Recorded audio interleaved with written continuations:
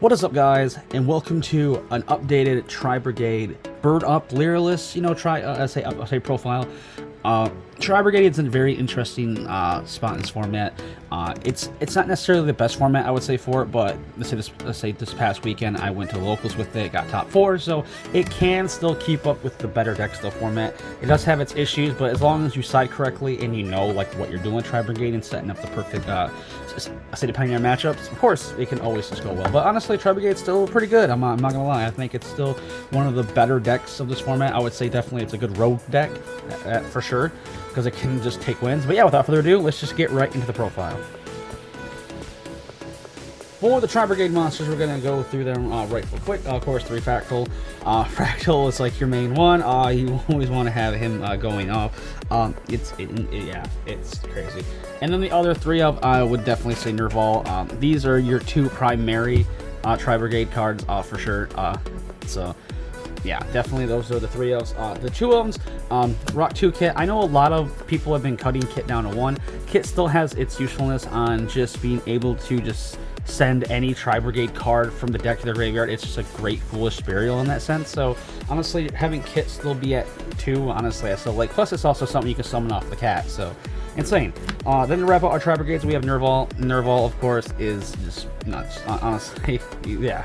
But yeah, I honestly like the Tri-Brigade lineup. It's kind of standard, and it's nothing too crazy or nothing like that. So yeah.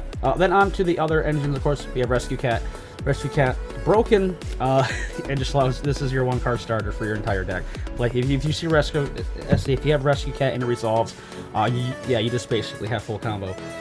Yeah, so yeah. Now we're gonna go into the Lyralist stuff. Lyralist, say Warbler is your main one. It's a free extender. It special summons if you control no cards, so it's your Cyber Dragon for the deck.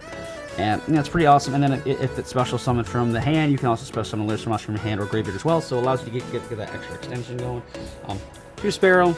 Sparrow just adds a level 1 winged beast, a monster from your deck to your hand. So yeah, it's just more. It's just on special. You search off, go ham. It also has a protection effect for your, say succeed monsters as well, where you have they can't be like targeted. So yeah, pretty dope. Next, the 1-offs, we have the 1 Celestine Wagtail. No, it's awesome. It allows you to search any of your Lyralist spells or traps from the deck. So it's a way to have extra searching. Say search out your say bird call. So yeah, insane. And then also it attaches itself from the graveyard, so that's more important.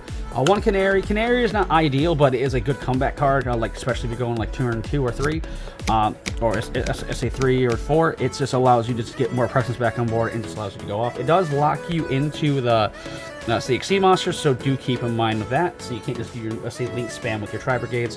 1 Sapphire Swallow. Yeah, this is nuts.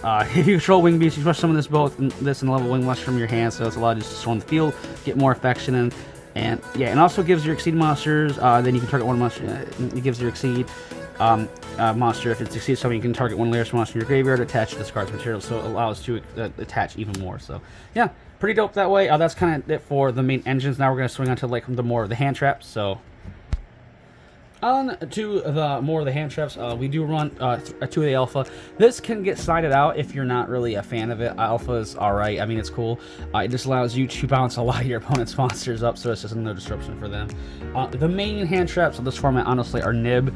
Nib is insane, and then of course Ash is also kind of insane now. It's pretty, like these, going from say Terror Elements format to now the new one, hand traps have come back in a huge way, like it's nuts. The 1 DD Crow, of course, because you can searchable, yeah, DD Crow can come back up, like honestly DD Crow is still really good in this format. So yeah, now on to the spells and traps. Spells and traps, we have of course 3 Tanky. This card came off the list recently, so we're running the deck at 3.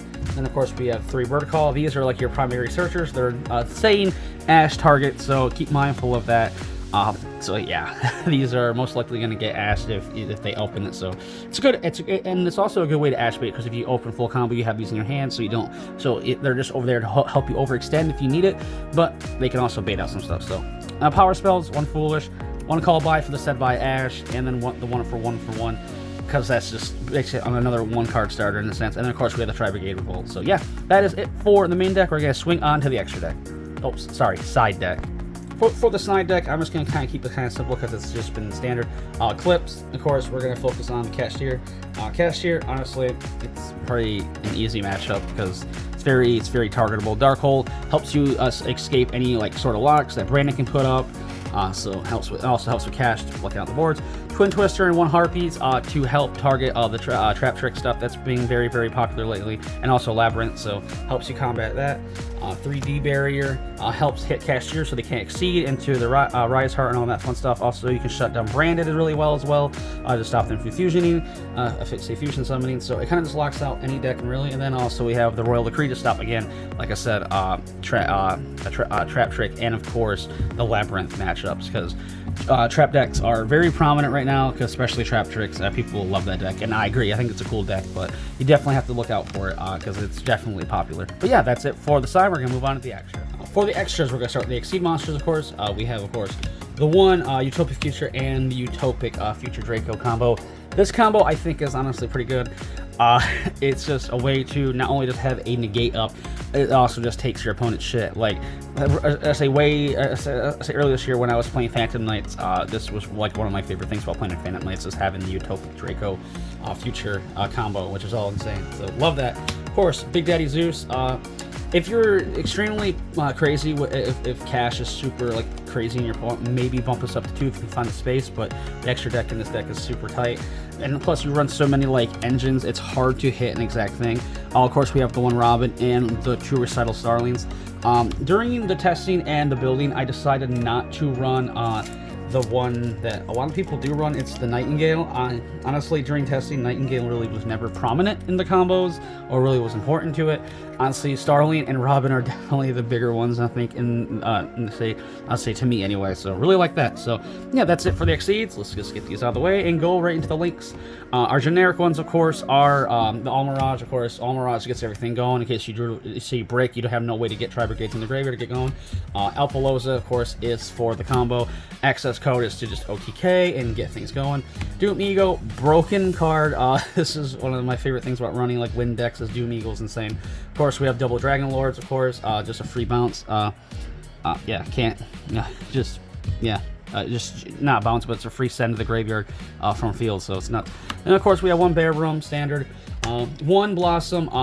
Honestly, if you have the room and space, if you don't like the Draco engine, you can easily take out the Blossom and definitely run another Blossom if you have the space, if you wanted to run that. And then of course I did run the 2 Omen.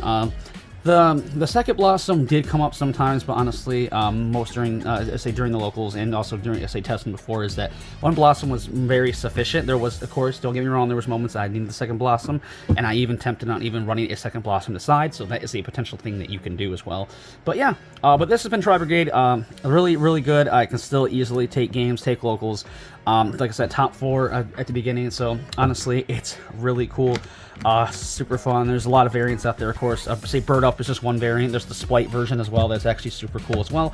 But yeah, that's been Tri-Brigade. So I hope you guys enjoyed the video. So leave a like, comment, and subscribe like always. And until the next video, stay safe and stay healthy out there. I'll see you guys in the next one. Peace.